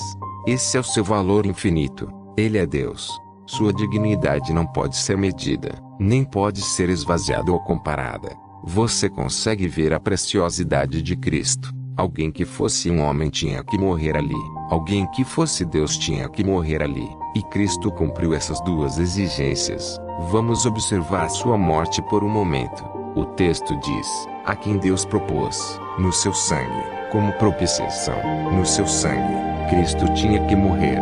Não apenas desfalecer, não apenas sofrer, não apenas dormir, ele tinha que entregar sua vida, ele tinha que morrer. Mas como? Eu estava na Europa há alguns anos, ensinando alguns missionários ciganos em um seminário alemão. Depois das sessões de ensino, eu fiquei cansado e fui até a biblioteca, a fim de encontrar um livro para ler. Todos eles estavam em alemão e eu não conseguia encontrar algo na minha língua. Até que finalmente achei um livro chamado A Cruz de Cristo, não o de John Stott, mas outro do qual eu nunca tinha ouvido falar antes. Então eu abri o livro e comecei a folheá-lo, para ver o que o autor estava dizendo. Foi quando eu li o seguinte: quando Jesus Cristo estava naquele madeiro, Deus olhou do céu e viu o sofrimento que fora afligido sobre o Filho de Deus pelas mãos dos romanos, de modo que ele contou isso como pagamento pelos nossos pecados. Ora, isso é heresia. No entanto, Se você escutar a maioria das pregações atuais, isso é tudo que você sempre irá ouvir. Quando foi lançado o filme A Paixão de Cristo, de Mel Gibson, um pregador famoso foi convidado a participar de um programa em certa rádio. Nesse dia, eu estava trabalhando na fazenda. Quando o programa começou, eu aumentei o volume do rádio e me sentei no caminhão, ouvindo. Ele disse o seguinte: devido a toda essa controvérsia sobre a Paixão de Cristo e o filme que foi lançado, eu senti que seria bom separar este tempo de ensino que tenho com vocês na rádio para explicar a vocês o verdadeiro significado da cruz. E eu pensei, louvado seja Deus. Então, ele passou meia hora falando sobre tudo que os romanos fizeram com Jesus, e disse: por causa disso, nossos pecados foram pagos. Ele falou sobre os espancamentos, as coronhadas, os chicotes, o rastejar em direção ao madeiro, o ser derrubado, os pregos, a coroa, o manto, a lança em seu lado, a sufocação e a crucificação. Ele falou sobre absolutamente tudo, mas esqueceu do principal. Eu não quero diminuir nada dos sofrimentos físicos de Cristo, mas o homem perdeu completamente o evangelho ao focar apenas isso. Se hoje você é salvo, você não é salvo porque os romanos pregaram Jesus num madeiro, nem porque os judeus o chicotearam ou porque o espancaram violentamente. Se hoje você é salvo, isso se deve ao fato de que, quando ele estava naquele madeiro, ele carregou os nossos pecados e o seu próprio Pai o esmagou como sacrifício. Isaías 53 versículos 10. Nós não somos salvos por aquilo que os romanos fizeram com Jesus, nós somos salvos por aquilo que Deus fez com seu Filho. Pense nisto por um momento. Jesus está no madeiro, e ele exclama: Deus meu, por que me desamparaste? Eu vejo tantos pregadores dizendo: Deus Pai olhou para seu Filho e, ao ver todas as feridas e sofrimentos, ele deu as costas para Jesus, pois não aguentava mais ver aquilo. Isso não passa de uma mentira romântica. Não foi isso que Jesus disse. O próprio Jesus testificou que o Pai o havia desamparado completamente, por causa do pecado que estava imputado sobre si. Ele estava carregando o meu e o seu pecado. Cristão, ele se tornou o bode expiatório. Ele se tornou o verme. Ele se tornou a serpente levantada no deserto. Veja o que o Salmo 22 diz sobre isso. Deus meu, por que me desamparaste? Por que se acham longe de minha salvação as palavras de meu bramido? Deus meu, clamo de dia, e não me respondes, também de noite, porém não tenho sossego. Contudo, tu és santo. Versículo 1 a 3. Nos primeiros versos, ele grita a Deus, e sua queixa é: Deus meu, por que me desamparaste? Então ele argumenta: nossos pais confiaram em ti, e os livraste. A ti clamaram e se livraram. Confiaram em ti e não foram confundidos. Versículo 4 a 5. O argumento dele é este: Pai, nunca houve um momento na história do povo da aliança, Israel, no qual os homens clamaram a ti, e tu os desamparaste. Mas aqui estou eu, pendurado neste madeiro, o teu único filho, o Messias, por que me desamparaste? E a resposta à sua própria pergunta vem do contraste entre os versículos 13 e 6. Tu és santo, mas eu sou o verme. Olhe para o jardim do Getsemane por um momento. Pai, passa de mim este cálice. Gotas de sangue, suor vindo de sua testa. Pai, passa de mim este cálice. Esses pregadores, eles dizem: ah, Jesus não queria ir para aquela cruz romana. Isso é uma mentira. Ah, Jesus estava com medo do diabo. Blasfêmia. Ah, Jesus temia aquele chicote. Ele não queria ir para lá. Absurdo. Deixe-me fazer-lhe uma pergunta. Depois da morte e ressurreição de Jesus Cristo, estima-se que 50 milhões de homens, mulheres e crianças morreram como mártires, por sua profissão de fé em Jesus Cristo. Na igreja primitiva, nos tempos dos puritanos e da Reforma, muitos dos seguidores de Jesus foram crucificados.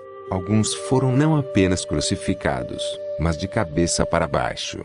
Outros eram cobertos de piche e lhes ateavam fogo para iluminar as ruas de Roma.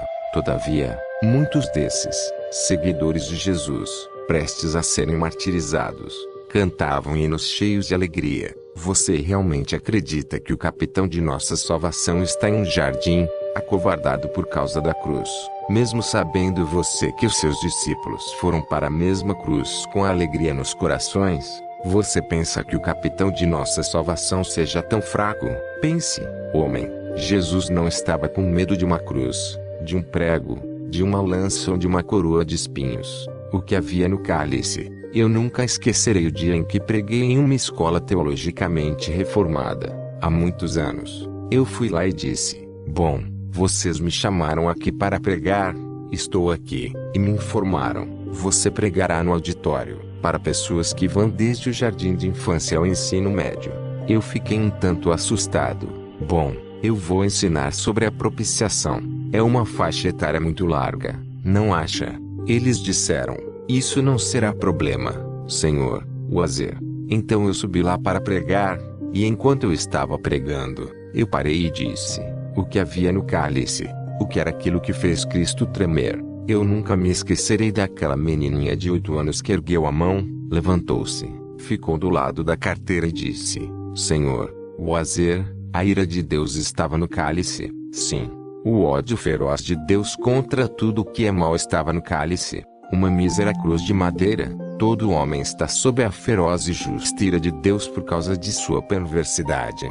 E alguém tinha que beber essa ira. Jesus Cristo, naquele madeiro, suportou a culpa de seu povo e permaneceu no lugar de julgamento deles. Então, todo ódio, toda santidade, toda ira, toda a justiça e todo o julgamento de Deus, como uma luz branca e ofuscante, tudo aquilo veio esmagando a cabeça de seu filho unigênito. Você nunca leu que ao Senhor agradou moê-lo, ou seja, reduzi-lo a pó. Isaías 53 versículo 10. Imagine, por um momento, uma represa de 10.000 quilômetros de altura e 10.000 quilômetros de largura, com você logo abaixo dessa coisa, a 1 quilômetro de distância da muralha. Então, de repente, em um único segundo, a muralha desaparece e toda aquela água desce esmagando você. Porém, milésimos de segundos antes de aquela força esmagadora chegar aos seus pés, o chão se abre e engole toda a água. Assim também a ira de Deus, destinada às pessoas, foi engolida pelo sacrifício de Cristo pouco antes de nos atingir. O Filho de Deus tomou aquele cálice da mão de seu Pai e bebeu cada gota, de modo que, quando ele gritou está consumado, João 19 versículo 30, ele virou o cálice e nenhuma gota caiu. Ele havia bebido tudo. Se eu fosse resumir o que Deus fala no Antigo Testamento sobre o cálice da ira,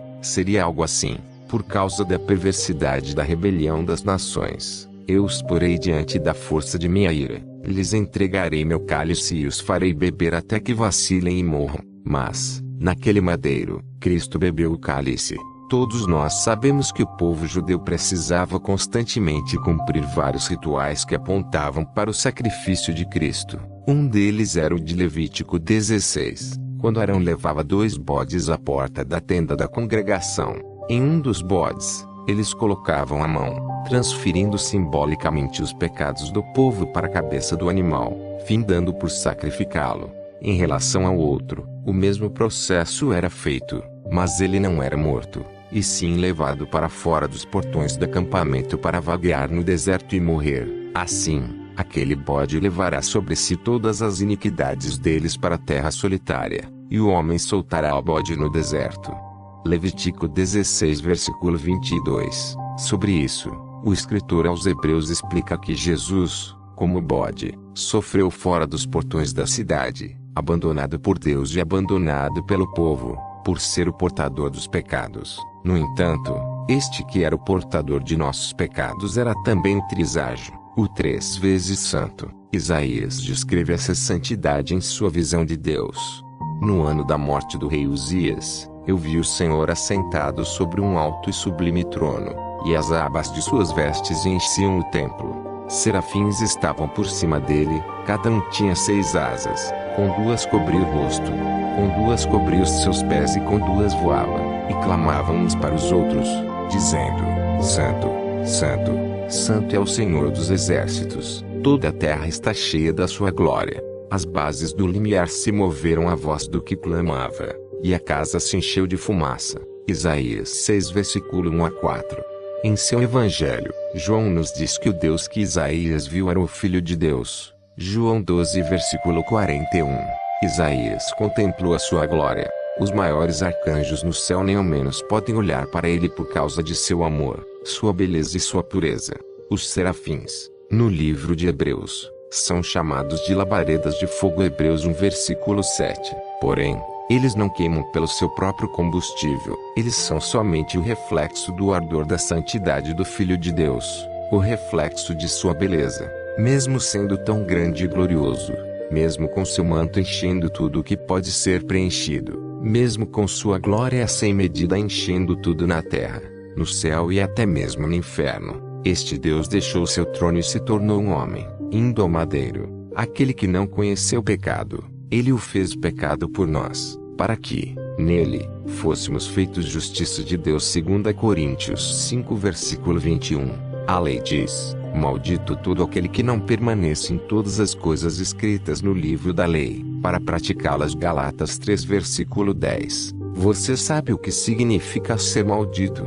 É algo terrível. Se você olhar para todo o Antigo Testamento, você verá que isso é algo simplesmente horrível. Você deve passar noites e noites buscando meditar na Escritura para compreender a totalidade disso.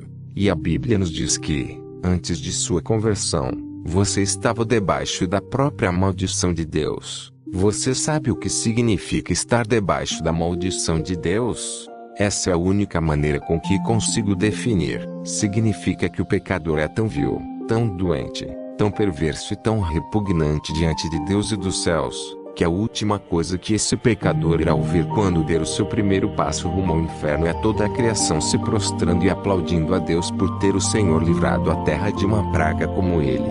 As Escrituras ainda nos dizem: Cristo nos resgatou da maldição da lei. Galatas 3 versículo 13. Ele se tornou uma maldição por nós. Cristo se tornou uma maldição, um miserável, uma coisa vil. Como alguém consegue não chorar diante de algo como isso?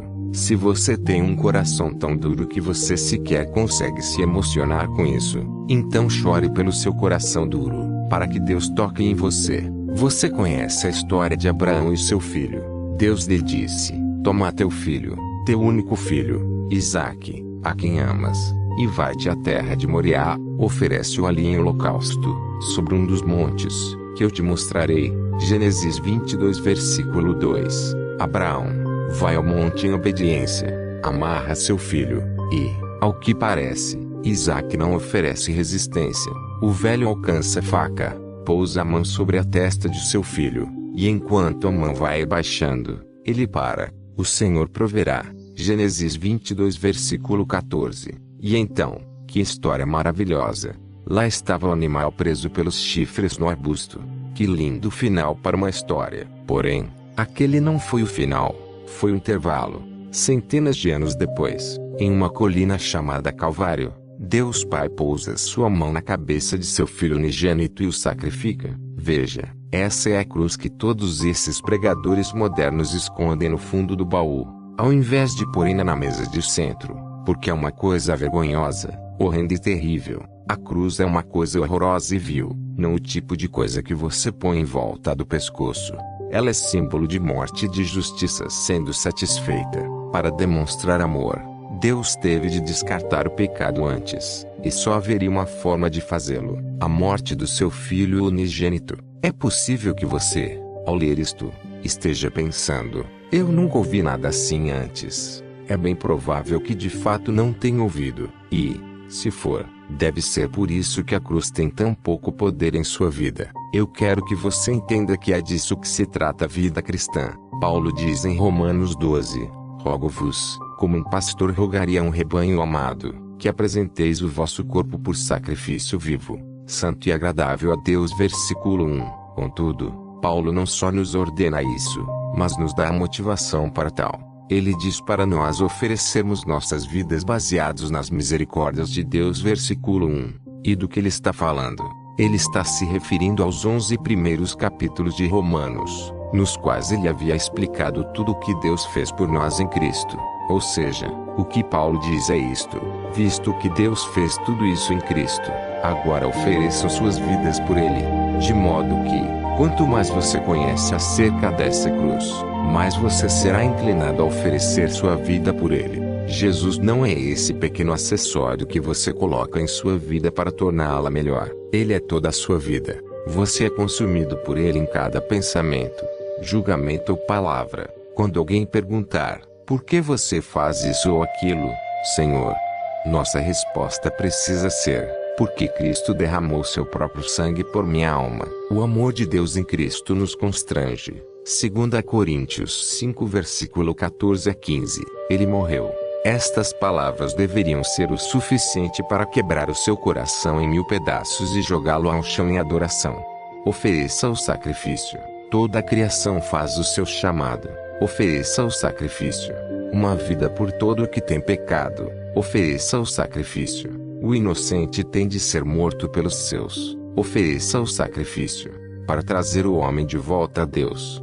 Parte 6. Conclusão. Ele é o Rei da Glória. É verdade que Cristo morreu por nós, mas a Escritura nos diz que ele não permaneceu morto. Não é apenas a morte de Cristo que nos salva, sua ressurreição também tem um grande papel nessa história. Se ele tivesse permanecido morto, não haveria nada, não haveria qualquer esperança, tudo seria despedaçado. No entanto, Deus reivindicou seu Filho unigênito, ressuscitando dentre os mortos, e, ao ressuscitá-lo, Deus afixou seu selo e declarou publicamente através da ressurreição de Jesus Cristo que o seu sacrifício fora suficiente para expiar os pecados de seu povo. Cristo morreu, Cristo ressurgiu dos mortos e Cristo ascendeu à destra de seu Pai. Os chamados pais da Igreja, teólogos dos 5 primeiros séculos do cristianismo, sempre usavam o Salmo da Ascensão, o Salmo 24, para descrever a subida de Jesus Cristo aos céus. E é aqui que vamos finalizar. Ao Senhor pertence a terra e tudo o que nela se contém, o mundo e os que nele habitam. Fundou a ele sobre os mares e sobre as correntes a estabeleceu. Quem subirá ao monte do Senhor?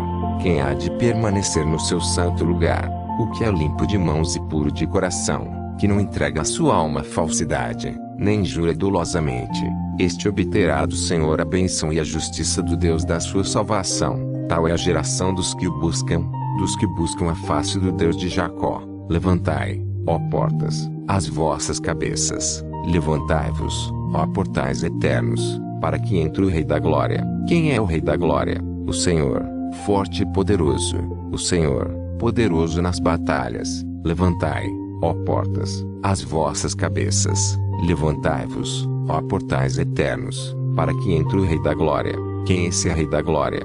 O Senhor dos Exércitos. Ele é o Rei da Glória. Como evangélicos, nós estamos constantemente defendendo a deidade de Jesus Cristo, e isso é ótimo. Jesus Cristo é Deus no mais pleno sentido do termo. Porém, nunca devemos esquecer que Jesus Cristo também se tornou um homem no mais pleno sentido do termo, porquanto há um só Deus e um só mediador entre Deus e os homens, Cristo Jesus, homem. 1 Timóteo 2 versículo 5. Um homem pecou, uma raça de homens caiu, um homem deve morrer, e um homem deve ressurgir dos mortos. E aquela muito aguardada oração de Jó deve ser respondida. Jó 19 versículo 25. Charles Spurgeon nos diz que uma escada que apenas sobe não é boa, e uma escada que apenas desce não nos será de nenhuma ajuda. Precisamos de uma escada que suba e desça, precisamos de um Salvador que seja Deus e homem, e aquele Deus homem, Cristo Jesus, ressurgiu dos mortos e, após 40 dias, ascendeu à destra de seu Pai, fazendo com que pela primeira vez, em toda a história da criação, um homem subisse às portas dos céus, clamando o que encontramos no versículo 7. Levantai, ó portas, as vossas cabeças, levantai-vos, ó portais eternos, para que entre o Rei da Glória. Então, todo o céu atrás daquelas portas entra em estado de choque, em silêncio e espanto. Finalmente, um corajoso levanta a cabeça e pergunta: quem é este Rei da Glória? Quem se atreve a falar com estes portais? Nenhum homem jamais chegou até aqui ou pôs a mão no trinco deste portão.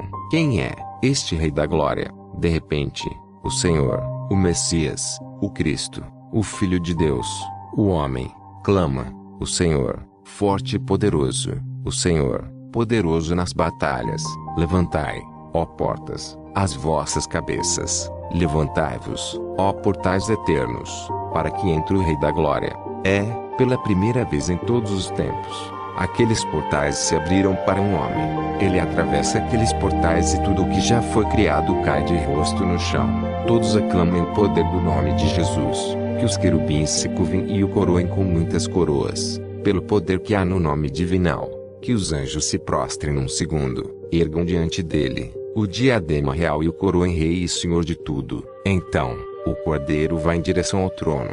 Eu posso vê-lo agora, caminhando ousadamente em direção ao Pai, segundo o seu direito como Deus-homem, subindo os degraus deste trono tão glorioso que faria o trono de Salomão parecer feito de papel machê. Ele se senta, sem sequer pedir permissão, e olha para o Pai, não com uma pergunta, mas com uma afirmação: Pai, está consumado. E o Pai assente: sim, Filho, está consumado. Este Jesus, que vós crucificastes, Deus o fez Senhor e Cristo. Atos 2 versículo 36. Não pense que eu vou pedir para que você torne Jesus Senhor da sua vida. Essa é a coisa mais ridícula que eu poderia pedir para você fazer. Jesus Cristo já é o Senhor da sua vida. Quer você o sirva ou não, quer você o bendiga, amaldiçoe, odeie, o ame, de qualquer modo, Ele é o Senhor de sua vida, porque Deus deu a Ele um nome que é sobre todo nome, para que ao nome de Jesus Cristo todo joelho se dobre e toda língua confesse que Ele é o Senhor. Filipenses 2 versículo 9 a 11. Alguns de vocês se curvarão por causa da graça que lhes foi dada, e outros se curvarão porque as rótulas de seus joelhos serão quebradas por aquele que governa as nações com um bordão de ferro. Salmos 2 versículo 9. Se alguém ficar ofendido com estas verdades, eu não vou me desculpar por apresentar o Deus da Bíblia. Eu venho de uma longa linhagem de homens, a maioria já enterrados, mas todos bem recebidos na glória, que não pensam nas opiniões de homens ou no caminho que o resto dos evangélicos irá percorrer. Eu quero que você saiba que há um Deus no céu que é digno de todo louvor, glória e honra, e que Ele exige isso de você, ao entrar pelos portões eternos. Ele tornou possível que você venha a Deus. Quando o salmista pergunta: quem subirá ao monte do Senhor? Quem há de permanecer no seu santo lugar? A resposta correta seria: nenhum de nós. Porém, agora que Cristo está no seu trono, nós possuímos a sua justiça e somos conclamados a permanecer neste lugar de adoração. Ele clama: ah, todos vós, os que tendes sede, vinde às águas, e vós, os que não tendes dinheiro, vinde, comprai e comei. Sim, vinde e comprai, sem dinheiro e sem preço, vinho e leite, porque gastais o dinheiro naquilo que não é pão, e o vosso suor, naquilo que não satisfaz. Isaías 55 versículo 1 a 2.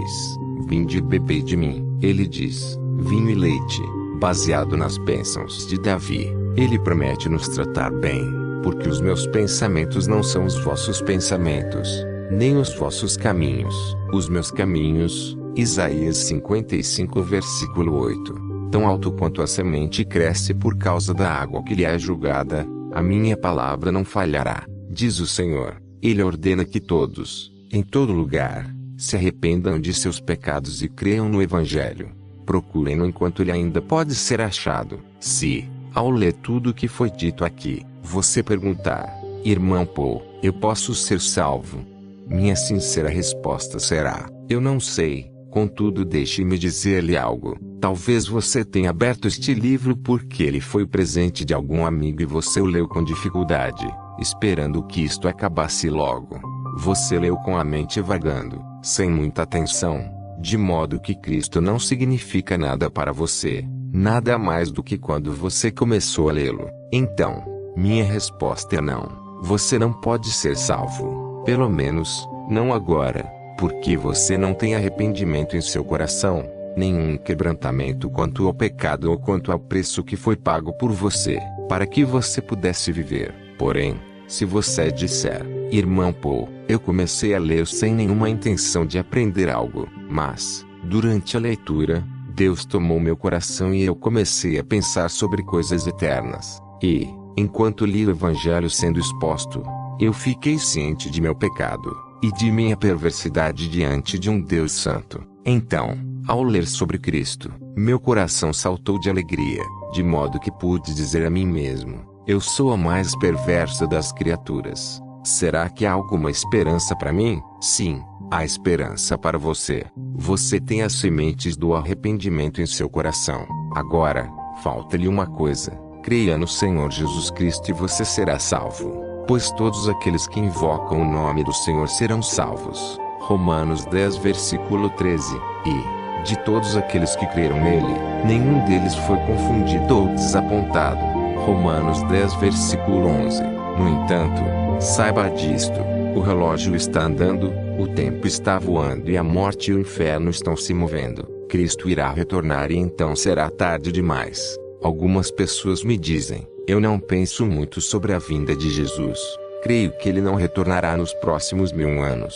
Realmente, talvez ele não volte em milhares de anos, mas certamente dentro de 25, 50 ou 60 anos você irá encontrá-lo. Se você vai até ele ou se ele vem até você, não fará diferença. Você irá vê-lo de qualquer modo. Você ficará diante dele, e quando isso acontecer, será tanto maravilhoso quanto absolutamente aterrorizante.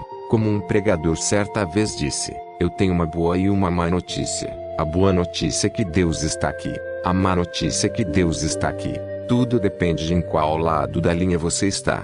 Ele virá, ele romperá do céu, e os maiores e mais poderosos homens e todos os seus exércitos clamarão às montanhas para que os enterrem. Apenas por causa de um vislumbre daquele que monta o grande cavalo branco. Você precisa entender que o poder de Deus é tal que ele está sentado sobre todas as coisas com absoluta soberania.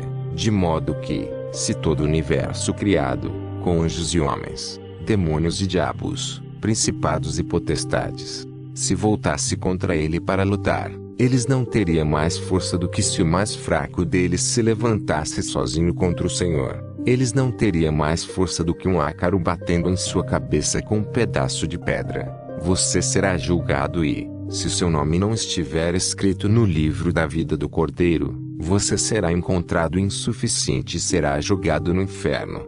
E não engula esta bobagem de que o céu é céu porque Deus está lá e o inferno é inferno porque Deus não está lá. Esqueça essa bobagem, meu amigo. O inferno é o inferno porque Deus está lá. O inferno é a pura e flamejante ira e justiça de Deus. Você nunca leu que a fumaça de seu tormento sobe na presença do Cordeiro? Apocalipse 14 versículo 10 a 11. Não é o diabo que governa o inferno, é Deus quem governa o inferno. Se, após ler tudo isto, você diz: eu nunca ouvi tal coisa, esse é um grande problema que precisa ser solucionado. Arrependa-se e creia no Evangelho. O melhor que eu posso fazer por você agora é desviá-lo dos homens e direcioná-lo a Deus. Busque ao Senhor até que Ele tenha salvado você. Busque ao Senhor, clame por Ele e creia nele. Contudo, saiba disto: se hoje algo acontecer na sua vida e você acreditar que Deus o salvou, saiba que apenas este momento não é suficiente para que você tenha a segurança de que Deus o salvou. Se você acha que Deus o salvou hoje, mas você não começa a mudar, não começa a crescer em graça, não começa a crescer nas coisas de Deus e não continua a andar com Ele, mas se afasta como tantos outros, você não obteve nada aqui hoje. A evidência de sua salvação não é que um dia em sua vida você fez uma oração após ler um livro. A evidência de sua salvação é que você continua caminhando com Ele, porque aquele que começa a boa obra em você certamente a termina. Filipenses 1 versículo 6. Gostou do vídeo? Ajude o canal, inscreva-se e deixe seu like.